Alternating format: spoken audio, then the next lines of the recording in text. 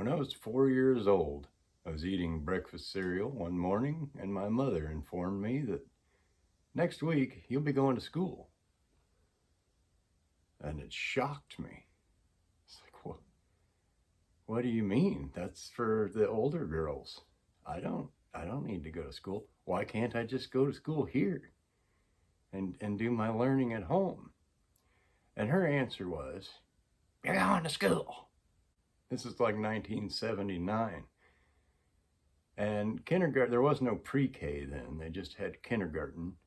And we went a half day. And the way I started, the kids rotated. But we went from lunch to after lunchtime to the end of the school day for the first semester. And then the second semester, you started in the morning and went till lunchtime. And it was the biggest waste of time I'd ever seen. I didn't make any new friends, really. I didn't like those kids.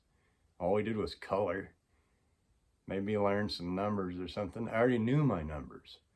I taught myself how to read by using the comics, the funny pages in the old newspapers. And there was Garfield, and I knew it was Garfield. I don't know how I knew, but I already knew that. And I knew that by looking at that comic strip that it would be funny if I just knew what those words meant. And by myself in the basement of our home, I sat and figured this out. And then I could read, and it was just this magical, that opened up a whole new world of books and reading and learning. I didn't need school to do that. Right away, there were problems in kindergarten. The kindergarten teacher, who also doubled as the school principal, this was K through 6th grade in this little bitty school that I went to. She called my parents to the school and said there was a problem with me because I was using both of my hands equally. I was born ambidextrous. And she found fault with that. And she said he'll color with one hand, and then he's coloring with the other hand, and he needs to pick a hand. Why?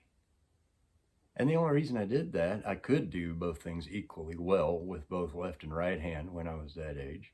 I'd get tired of coloring with my right hand, so I'd use my left. It was just as good a job. What is the problem? The problem was her. And to my mother's defense, she actually did defend me and said, leave him be. That was just the first of many problems that I had in school. Come first grade, there was a horrible creature named Mrs. Boltz, B-O-L-T-Z, I believe. She was a miserable human. She had no business teaching children in first grade.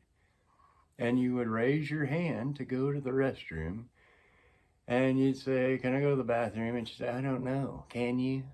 Here we say, may I? I stopped asking if I needed to use the restroom. I just got up and went, well, that's a problem. Got called to the office for that.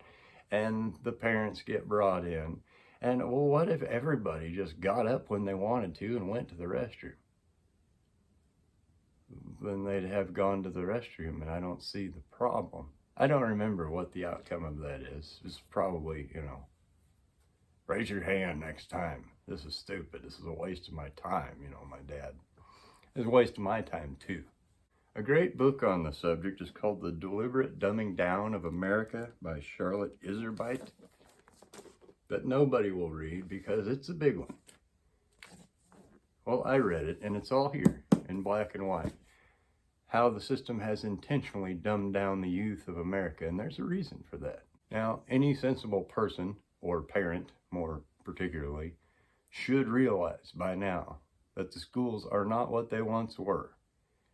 And they are, in fact, I don't know if it's a process of intentionally dumbing down. The teachers probably don't even realize it, but make no mistake, when the young people are getting out of school, they're not near as intelligent as they used to be. The trouble with that is you keep sending your kids to public schools. In the public school system, they really, really stress attendance.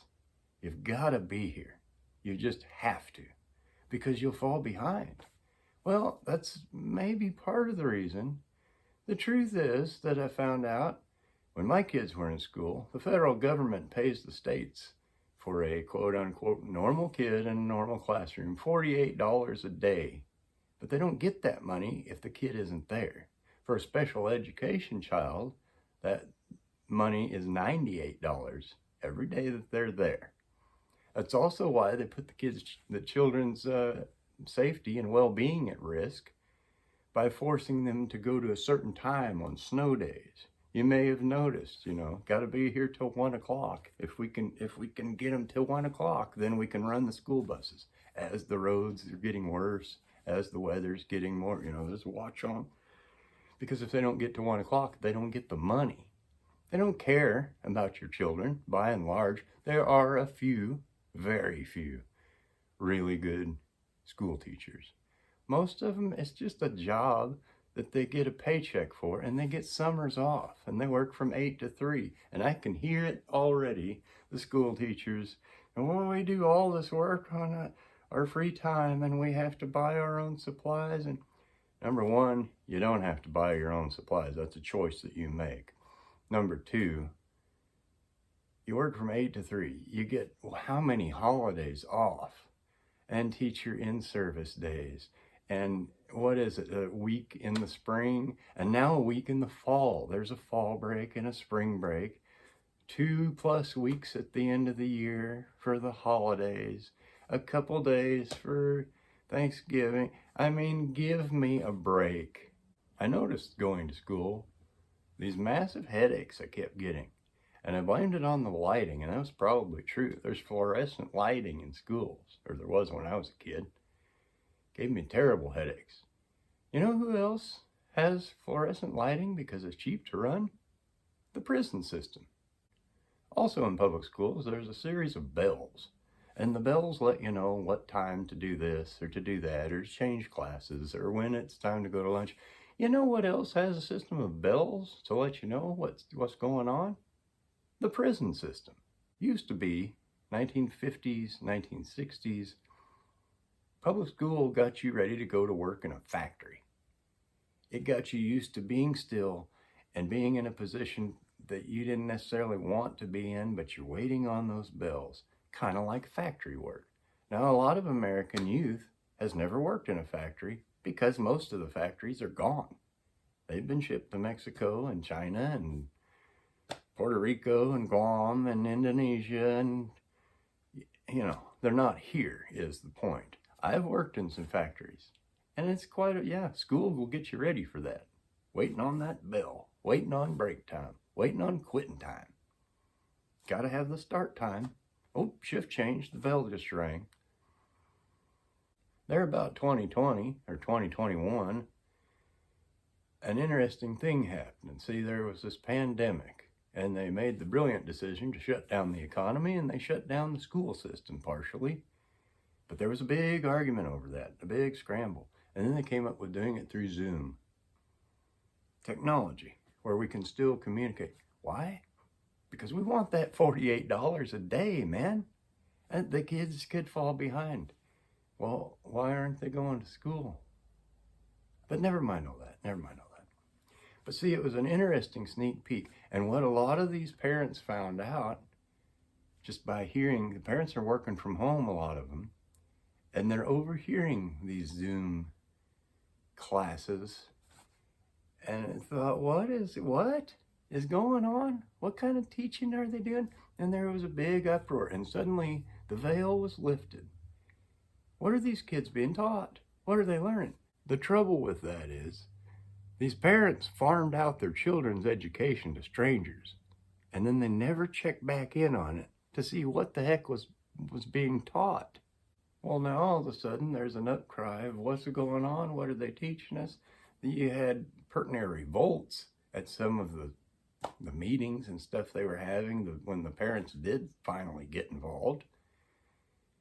Why are you sending your child there? For my mother to send me to a public school at 4 years old, she worked second shift at the hospital.